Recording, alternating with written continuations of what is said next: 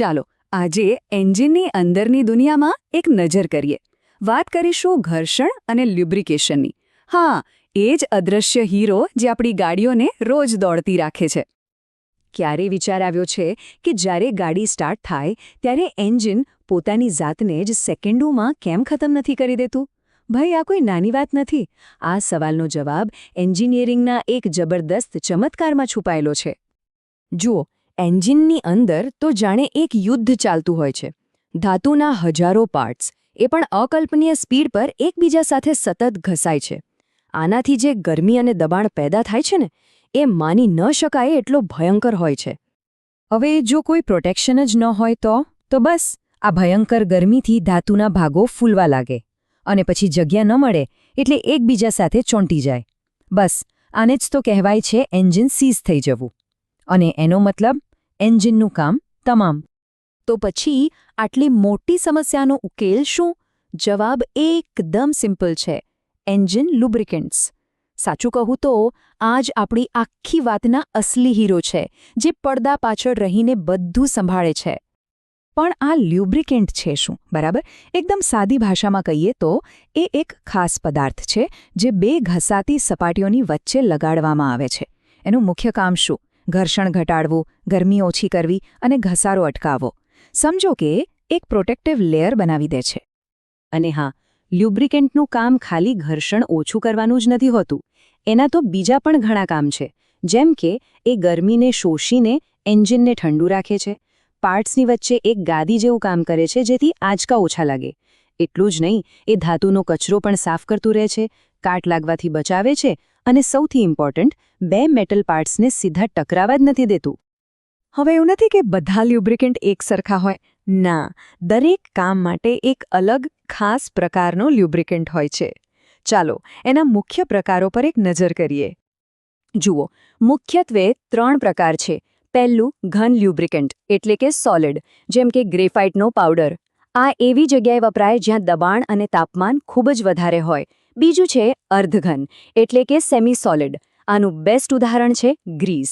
જ્યાં સ્પીડ ઓછી હોય પણ દબાણ વધારે, ત્યાં આ કામ આવે. અને ત્રીજું આપણું જાણીતું પ્રવાહી લ્યુબ્રિકેન્ટ, એટલે કે એન્જિન ઓઇલ. આ એવી બારીક જગ્યાઓમાં પણ પહોંચી જાય છે જ્યાં બીજું કંઈ ન પહોંચી શકે.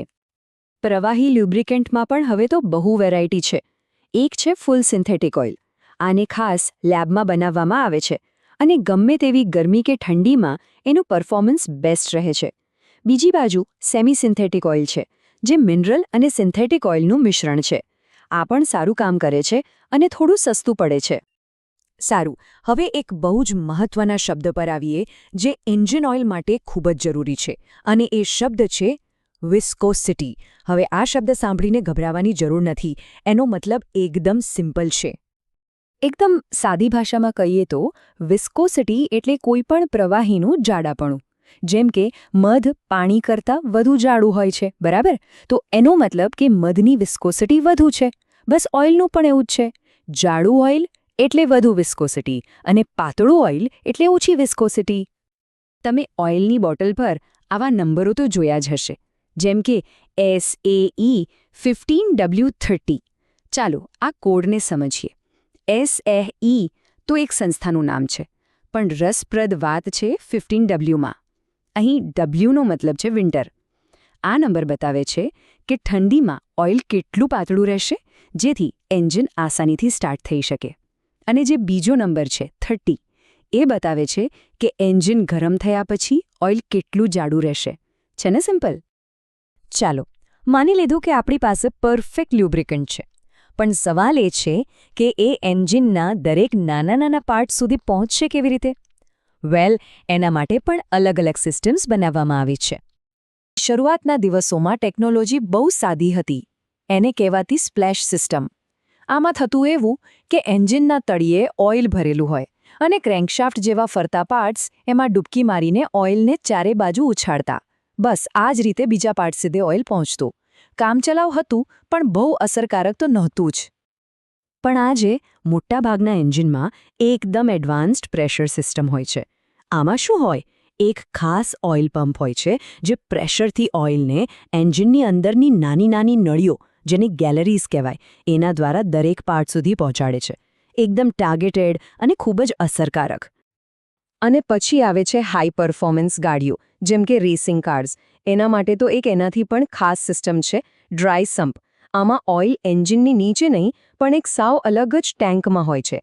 આનાથી ફાયદો એ થાય કે ગમે તેવા જોરદાર વળાંકમાં પણ એન્જિનને ઓઇલ મળવાનું બંધ જ ન થાય. એકદમ જોરદાર ટેકનોલોજી છે. તો આ બધી સિસ્ટમનો સાર શું? સાર એ છે કે લ્યુબ્રિકેશન ખાલી ઓઇલ નથી. એ એક આખી પ્રોસેસ છે. એક એવી પ્રક્રિયા જે ઘર્ષણ અને ઘસારાને ઓછો કરીને મશીનને સ્મૂધલી ચાલવામાં મદદ કરે છે. અને હા, એવું પણ નથી કે બધું જ ઓટોમેટિક થઈ ગયું છે. અમુક પાર્ટ્સ માટે આજે પણ જાતે જ લ્યુબ્રિકેશન કરવું પડે છે, જેમ કે આ ગ્રીસ ગનનો ઉપયોગ.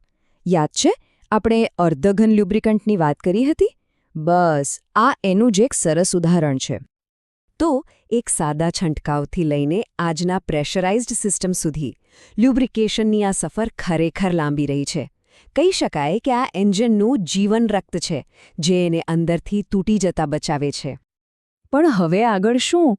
હવે તો ઇલેક્ટ્રિક ગાડીઓનો જમાનો આવી રહ્યો છે. તો સવાલ એ થાય છે કે આ લ્યુબ્રિકન્ટ્સનું ભવિષ્ય શું હશે? શું એમની જરૂર ઓછી થઈ જશે? કે પછી ઇલેક્ટ્રિક મોટર્સ માટે કોઈ નવા જ પ્રકારના લ્યુબ્રિકન્ટ્સ આવશે? એક વાત તો પાક્કી છે, આપણી દુનિયાને ગતિમાં રાખવા માટે આ અદૃશ્ય હીરોની ભૂમિકા હંમેશા રહેશે, ભલે એનું સ્વરૂપ બદલાઈ જાય.